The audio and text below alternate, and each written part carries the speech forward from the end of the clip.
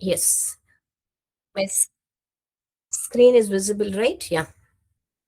All right. So very good morning, children. How are you all? Hope you all are doing great. तो आज के English class बहुत interesting होने वाला है क्योंकि हम क्या करने वाले हैं, आपको फोनिक्स के वावल के साउंड सुनाने वाले हैं। आपको वावल्स के साउंड बहुत बहुत इंपॉर्टेंट है। स्वर जिसे हम कहते हैं, स्वर बहुत इंपॉर्टेंट होते हैं बेटा। हिंदी में हो, तमिल में हो, इंग्लिश में हो, किसी भी लैंग्वेज में स्वर जो है इम्पोर्टेंट होता है। जो बच्चे हैं, बचपन जो पैदा होते हैं, बच्चे क्या आवाज करते हैं? आ ऊ ए, वो भी स्वर का ही आवाज निकालते हो। जब आप छोटे बेबी थे ना, तब भी आप स्वर की आवाज ही पहले पहले निकाला। तो इसीलिए ये जो स्वर है ना, अगर स्वर को पहचान के सही से उच्चारण कर लिया तो वो वर्ड मान लीजिए आप बहुत इजी से पढ़ सकते हो। तो इंग्लिश में आपने अभी तक वावल सुना होगा कि आपने, मैम हमको ए ई आई ओ यू पता है कि वावल होते हैं, ए ई आई ओ यू ये वावल होते हैं करके आप हमको पता है मैम, ऐसे आप बोल सकते हो मुझे। मगर क्या आपको पता है कि वावल्स के शॉर्ट वावल होते हैं और लॉन्ग वावल होते हैं? क्या पता है बेटा? कितने लोग को पता है? यस तो यस बताइए बेटा। यस तो यस बताइए, शॉर्ट वावल की लॉन्ग वावल आपको पता है तो यस बताइए, नहीं पता है तो नो बताइए। कोई बात नहीं है, हम सब सीखने के लिए आए हैं।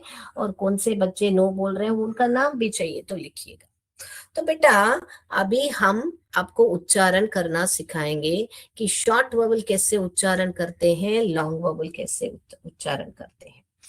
तो यहाँ पर, तो जब कभी भी बेटा जो वॉवल है अपना नाम बोलता है, हम पहले उससे शुरू करेंगे। जब कभी भी वॉवल अपना नाम बोलता है, जैसे ए ई आई ओ यू ऐसे नाम पुकारता है, तो उसको ही लॉन्ग वॉवल कहते हैं। मैंने क्या बोला? जब वॉवल अपना नाम बोलता है, ए ई आई ओ यू, जो हम बचपन से सीखते आ रहे हैं कि A for apple, B for ball, C for cat, ऐसे। तो ये जो है उनके नाम होते हैं, A B C D. Okay, उनके स्वर जो होते हैं अलग होते हैं। अ ब क ड अ फ ग, ये उनके स्वर होते हैं। ओके, हर एक अक्षर का नाम भी होता है और स्वर भी होता है। तो ये जो स्वर हैं वावल के बहुत बहुत इंपॉर्टेंट होते हैं। तो आप अभी यहाँ पर देखते हो गए कि मैंने यहाँ पर वाई को भी मैंने यहाँ पर वावल करके रखा है। क्यों? क्यों मैंने वावल को रखा है? क्योंकि वाई जो है कॉन्सोनेंट है, सही बात है, मगर यानी व्यंजन है, मगर वो कभी कभी यानी आखिर में जब आता है तो स्वर का काम करता है। कभी कभी ई बोलता है, जैसे कि हैप्पी में, हैप्पी में ई बोलता है, हैप हैप ई। ओके, मेरा कर्सर अटक गया, हैप्पी वाई। ओके, और कभी कभी वाई जो है आई का साउंड करता है। मेरा कर्सर अटक गया है, am I audible sir? I am unable to move my cursor, can you help me? Sorry बच्चों, कोई ग्लिच था, मैं कर्सर को मूव नहीं कर पा रही थी। तो मैं क्या बोल रही थी, जो वाई है वो आई और ई का स्वर निकालता है। जैसे कि आपको बोलना हो स्काई, तो यहाँ पर स्काई, स्काई में वो क्या करता है, वाई जो है आई का स्वर निकाला, और हैप्पी में उसने क्या किया है, ई का स्वर निकाला। तो फोनिक्स में वाई को भी वावल कंसीडर किया जाता है, क्योंकि वो जो है इन दोनों का स्वर, जो आई और ई का स्वर जो है निकालता है। क्लियर है या मैं रिपीट करूं? क्लियर है तो क्लियर है बताइए बेटा। ये जो है वाई को, वाई जो है आई का स्वर निकाला और यहाँ पर ई का स्वर निकाला उसने। Okay, right. ओके, क्लियर है? राइट, क्लियर है बता रहे हैं। यस, तो यहाँ पर इसे लॉन्ग वावल कहते हैं। ओके, और यहाँ पर हम उसे, एक मिनट मैं पेन को ऑफ कर देती हूँ। और कोई अनोटेट कर रहा है क्या मेरे साथ?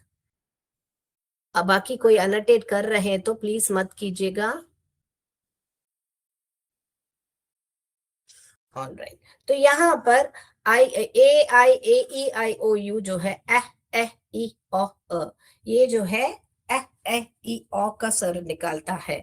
यानी कि इन्हें हम शॉर्ट ववल क्यों कहते हैं? क्योंकि ये जो है उनके स्वर निकालते हैं, इसीलिए हम शॉर्ट ववल बोलते हैं।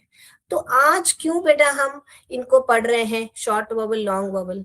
क्योंकि फोनिक्स में आपको शॉर्ट ववल लॉन्ग ववल पहचानने से ही आप जो है बाकी जो बड़े बड़े जो ट्रायाग्राफ और डायाग्राफ हैं उनको हम जोड़ के लिख सकते हैं। जैसे कि आपको मैं बताती हूँ,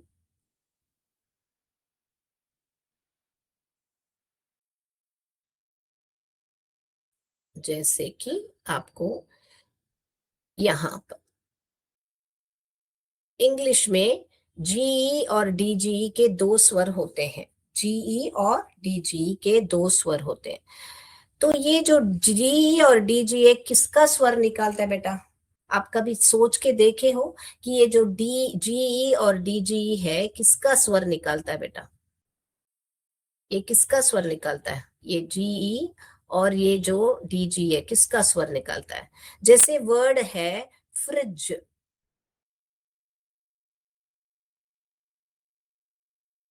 फ्रिज, हमने क्या लिखा फ्रिज में? हमने क्या लिखा फ्रिज में? हमने डीजी लिखा फ्रिज, मगर साउंड किया उसने फ र ई ज। तो क्या हमको पता है जे का साउंड ज होता है? तो क्या हमने ऐसा लिखा? नहीं ना, हमने ऐसा लिखा। तो आपको एक चीज पता है क्या? इंग्लिश शब्द जो है जे लेटर में खत्म नहीं होते, ज स्वर में खत्म होते हैं, मगर जे लेटर में खत्म नहीं होते। आप कोई भी वर्ड जाके ढूंढ लो आज डिक्शनरी में जे में खत्म नहीं होंगे। आपको कोई पता है क्या जे में खत्म होने वाला वर्ड? अभी आप बोलोगे राज, ताज, तो ये सारे इंग्लिश वर्ड्स नहीं है बेटा, ये सारे हिंदी वर्ड्स हैं जो हमने रखे हैं, ताज, राज, सब। तो ये जो है आपको इंग्लिश वर्ड्स जो है जे में खत्म नहीं होते हैं, ज स्वर में खत्म होते हैं। और जब भी ज स्वर में खत्म होते हैं तो आपको या तो जी लिखना पड़ेगा या तो डी जी लिखना पड़ेगा। मैं रिपीट करती हूँ, जब भी इंग्लिश वर्ड्स ज स्वर में खत्म होता है तो आपको या तो जी लिखना पड़ेगा या तो डीजी लिखना पड़ेगा। तो अभी आप बोलोगे ठीक है मैम, अभी उसके लिए क्यों हमने अभी शॉर्ट ववल और लॉन्ग ववल पढ़ा? क्यों अभी हम आपने वो सिखा के अभी ये सिखा रहे हो? हमको थोड़ा कंफ्यूज हो रहा है। तो बेटा वहीं पर ही है ट्रिक। आपको ववल को पहचानना पड़ेगा कि ववल जो है क्या स्वर निकालता है। अगर वावल ने शॉर्ट साउंड निकाला तो आप कॉन्सोनेंट यानी कि शॉर्ट साउंड या कॉन्सोनेंट निकाला आपको, जैसे कि फ्रिज, यहाँ पे ए फ्रिज, उसने शॉर्ट साउंड निकाला है, इसीलिए आपने डीजी लिखा। ओके, तो क्या करोगे? डीजी कब लिखोगे आप? जब शॉर्ट साउंड हो तो आप डीजी लिखोगे। जब कॉन्सोनेंट में खत्म होता है और आपको लॉन्ग ववल में खत्म होता है तो आप जी लिखोगे। क्या बोला मैंने? कॉन्सोनेंट और ववल में लॉन्ग ववल में खत्म हुआ तो जी। जैसे कि यहां पर लिखती हूं पेज, प ए उसने अपना नाम बोला, नाम बोला तो क्या है? लॉन्ग ववल है, तो आप जी लिखोगे।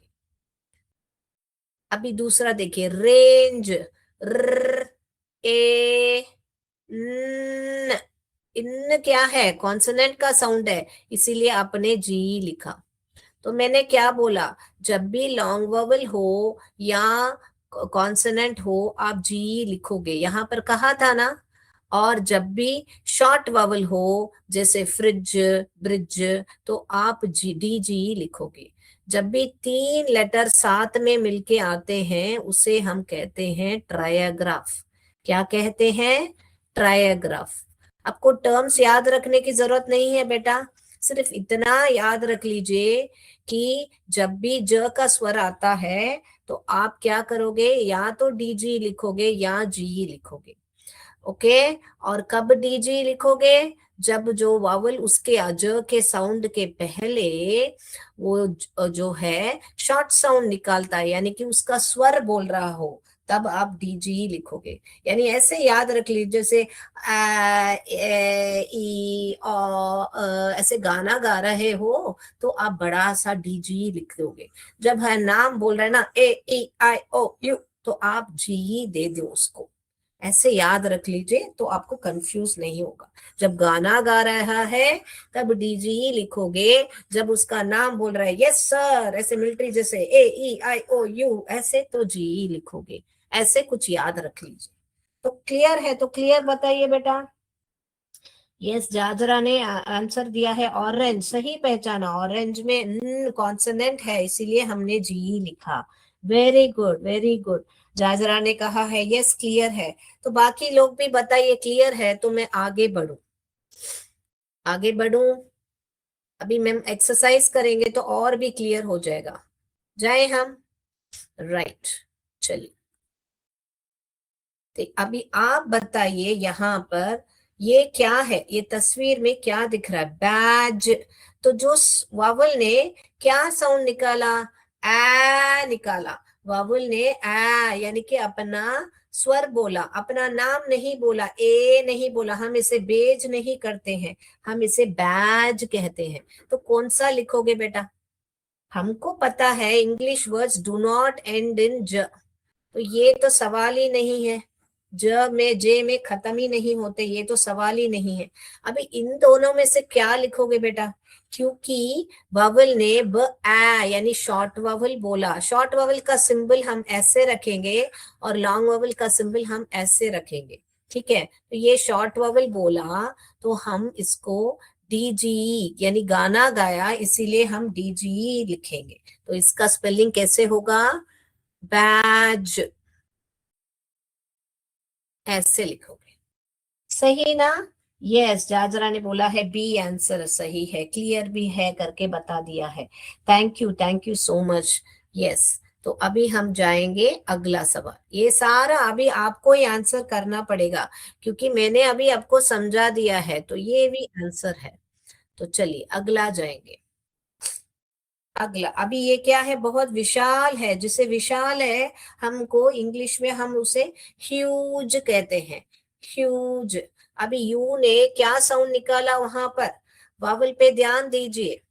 ह्यूज, तो क्या साउंड दे रहा है? यू का साउंड है अ, अ, अनार वाला साउंड है। मगर इधर यू ऐसे करके ह्यूज अपना लॉन्ग वावल बोल रहा है, इसीलिए हम ये वाला जो ही लिखेंगे। ये सही कहा सभी ने। ह्यूज ये वाला नहीं लिखोगे बेटा, ह्यूज ए वाला लिखोगे, ए वाला लिखोगे। यहाँ पर जी लिखोगे।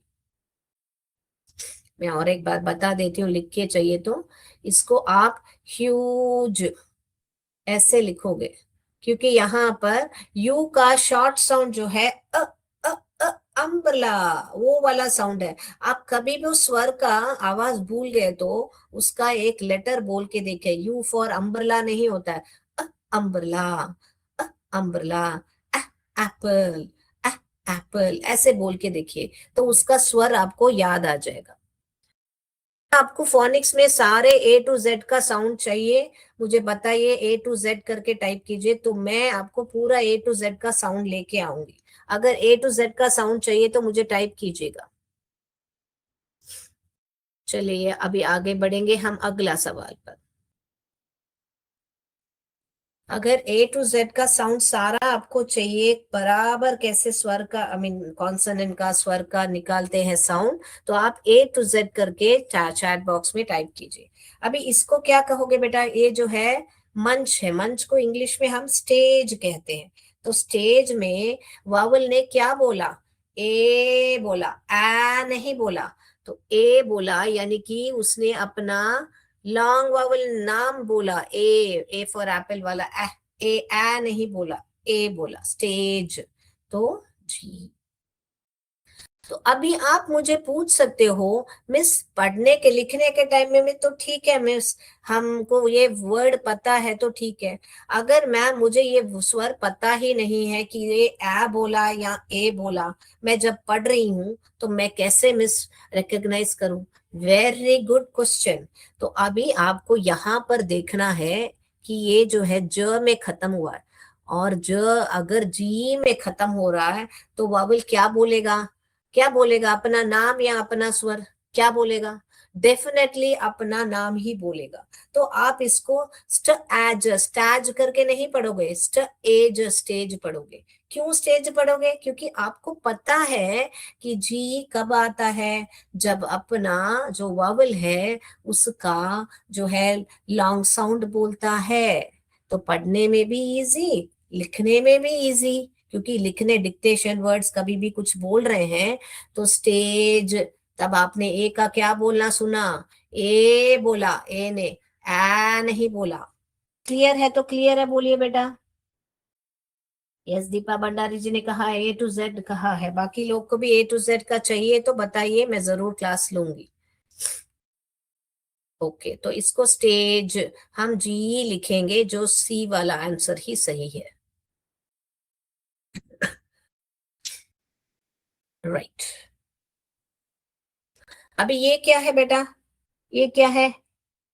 ब्रिज है, हम सबको दिख रहा है ब्रिज। तो वो वावल ने क्या बोला? आवाज निकाली, आई निकाला या ए निकाला? ब्र ब्र ए। उसने अपना क्या बोला? अपना ये वाला बोला कि शॉर्ट साउंड निकाला, इंक ग्लू वाला साउंड ही निकाला, इसीलिए हम इसे डीजी ही लिखेंगे। ओके, तो ये वाला बी वाला ही करेक्ट है। राइट, सही कहा। और एक एग्जाम्पल देखेंगे, फिर हम स्पोकन इंग्लिश क्लास पे जाएंगे बेटा। तो एज पेज, तो यहाँ पर उसने क्या बोला? अपना ए बोला, तो इसीलिए हम जी लिखेंगे, क्योंकि लॉन्ग साउंड निकाला उसने। Yes, very good very good, मेरे बच्चे अभी समझ गए हैं। बहुत बढ़िया से फटाफट फटाफट आंसर कर रहे हो बेटा आप। ओके, ये होमवर्क कर लीजिए बेटा। ये वाला मैं जे यू लिख के डैश लिखिए। आप यहाँ पर ये जज है, तो आप बताइए क्या करेंगे, या फटाफट आंसर कर ले। यहाँ पर जज साउंड निकाला, इसीलिए डी ही लिखेंगे। देखिए, विल एज, ए साउंड निकाला, आ नहीं बोला, इसको हम विलाज नहीं पढ़ते हैं, विल एज पढ़ते हैं, इसीलिए जी ही लिखेंगे। अगला, ये देखिए, cringe, cringe to the max ऐसे बोलते हैं, तो यहाँ पर कॉन्सोनेंट आया, इसीलिए हमने जी लिखा है। हमको पता है कॉन्सोनेंट और लॉन्ग साउंड आया तो हम जी लिखते हैं। यहाँ पर प्लेज, यहाँ पर प्लेज जो है का स्वर निकाला उसने, तो इसीलिए हम डी जी लिखेंगे। वेरी गुड वेरी गुड, सही सही से आंसर्स दे रहे हो बेटा आप लोग सब। प्लेज यानी शपथ लेना। ओके, मीनिंग भी बता दिया मैंने आपको। ये देखिए, हिंज, जो दरवाजे पे ऐसे ये लगा रहता है, इसे हम हिंज कहते हैं। तो यहाँ पर कॉन्सोनेंट देखा हमने, इसीलिए हम तो बहुत बार बच्चे क्या करते हैं, ज का साउंड निकाला तो ऐसे लिख लेते हैं हिंज। हमको पता है English words do not and in J, so you should never write like this is incorrect. Okay, this is incorrect, you should write hinge, this one. All right. I hope you all enjoyed the session. How did you like the session? Let me know. Did you find it informative? How do you like the session? Yes. आपको कैसा लगा session? Informative लगा? अच्छा लगा? कुछ सीखने को मिल रहा है आपको? तो बताइए, अभी हम स्पोकन इंग्लिश क्लास पे जाएंगे। Right, very good. Chandapur, Jajra, Bhandari, and I am seeing lot of schools like the school's name कुमालपत, सयंती, सभी ने आंसर्स किए हैं, नीरू, दिनेश, सभी ने बहुत बढ़िया से पार्टिसिपेट किया है। So let's go to the spoken English class. Very informative. Deepa Bandari says, thank you so much for your kind words. Yes, it means a lot to us when you say it is informative. Thank you so much. Right. So बेटा हमने last class में stationery अपने देखा था, जो school में आप use करते हो लिखने के लिए, सब पढ़ने के लिए, उसे हम स्टेशनरी कहते हैं। अभी आपके स्कूल में जो ऑब्जेक्ट्स हैं उसी को रख के हम सेंटेंस सीखने वाले हैं। तो हम पहले पहचानेंगे ये क्या है। ये जो है कबर्ड है, आपको पता है, तो हम थोड़ा वोकैबुलरी देख लेंगे झटपट, और फिर हम टॉपिक पे जाएंगे जो सेंटेंस हम बना सकते हैं। तो ये क्या है, हम देखते हैं व्हाइट बोर्ड है, और ये तो आप सभी को पता है। ये क्या है, ब्लैक बोर्ड है। ये क्या है, ग्लोब है, वेरी गुड। ये क्या है, IFP है, यानी इंटरैक्टिव फ्लैट पैनल है, राइट। फिर ये क्या है, आपके इस क्लासरूम में है बेटा, तो ये क्या है, ये घड़ी है, राइट। ये क्या है, डस्टबिन है, very good very good. What is this, ये क्या है, चार्ट है। व्हाट इज दिस, चेयर है।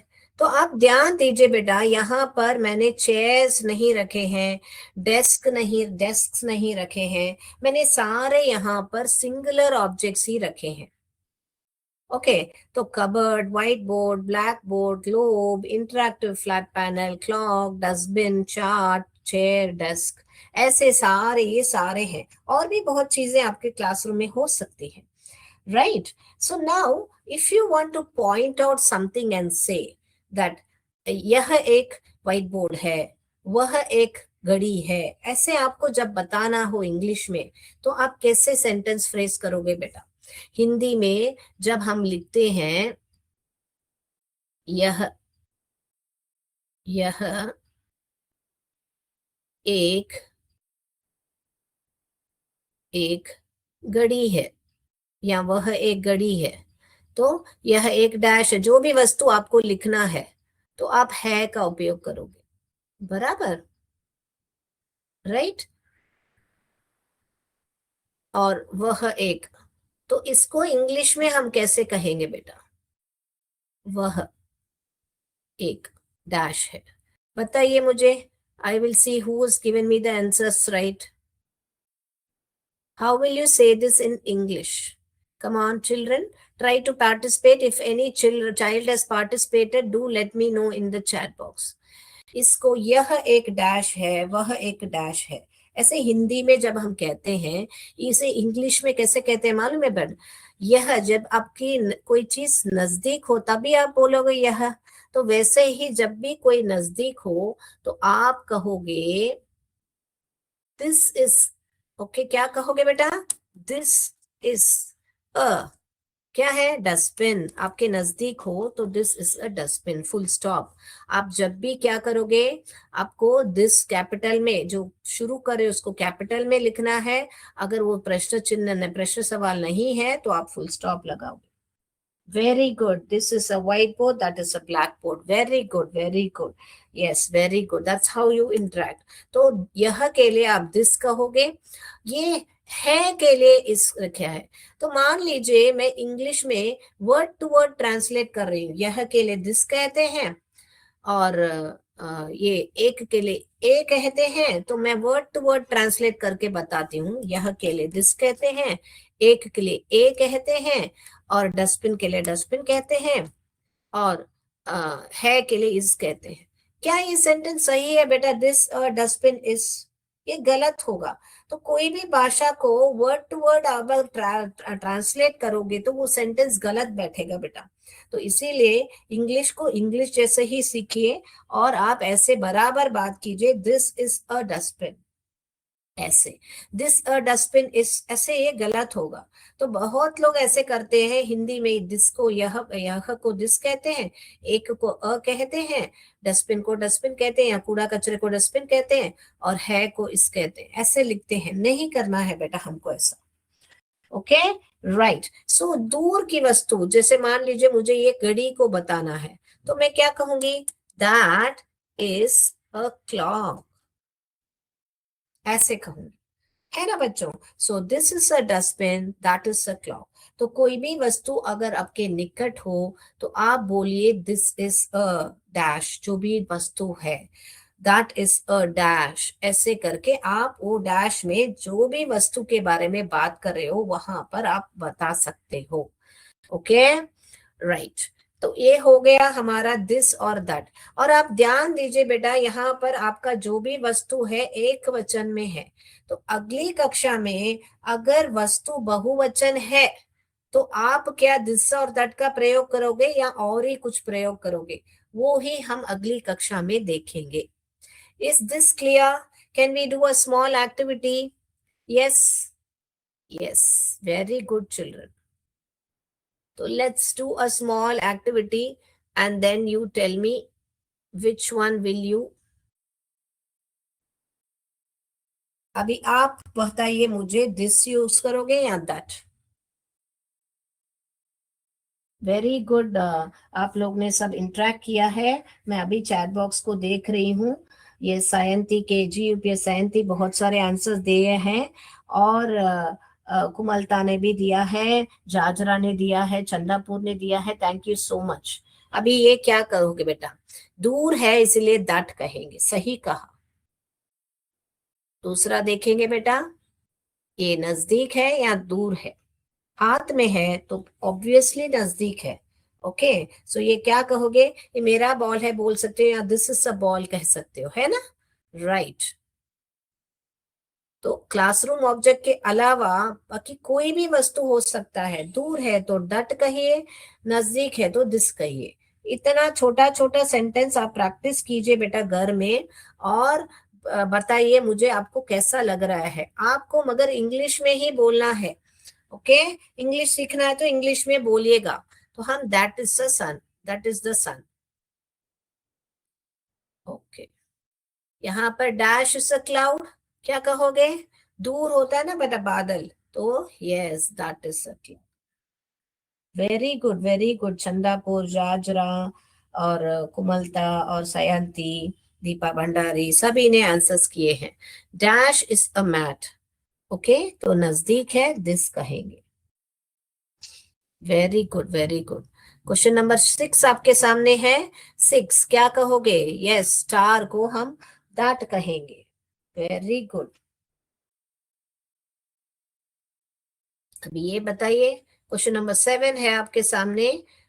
यहाँ पर एन एप्पल क्यों लिखा है बेटा? यहाँ पर एप्पल जो है अभी हमने सीखा ना, वावल साउंड है, वावल का स्वर है एप्पल, इसीलिए यहाँ पर एन लिखा है। सो क्या है? This is an apple.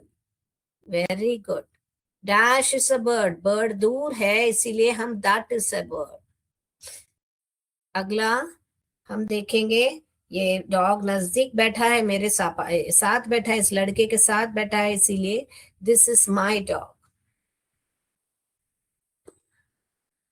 That is an aeroplane. Perfect, perfect. बहुत इंटरेक्टिव था क्लास आज, मुझे बहुत अच्छा लगा। आप सभी ने शुरुआत से अभी तक बहुत अच्छी तरह मेरे साथ इंटरेक्ट किया है। Amazing, amazing. I am so happy. Thank you so much for being a nice audience. Thank you so much.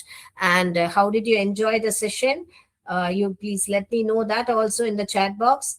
We will be coming up with more and more informative classes like this. Thank you, Deepa Bhandari, for your kind words. The class was informative. So आज के लिए इतना ही बच्चों। जय विद्या शक्ति, जय भारत, जय हिंद। धन्यवाद। Thank you.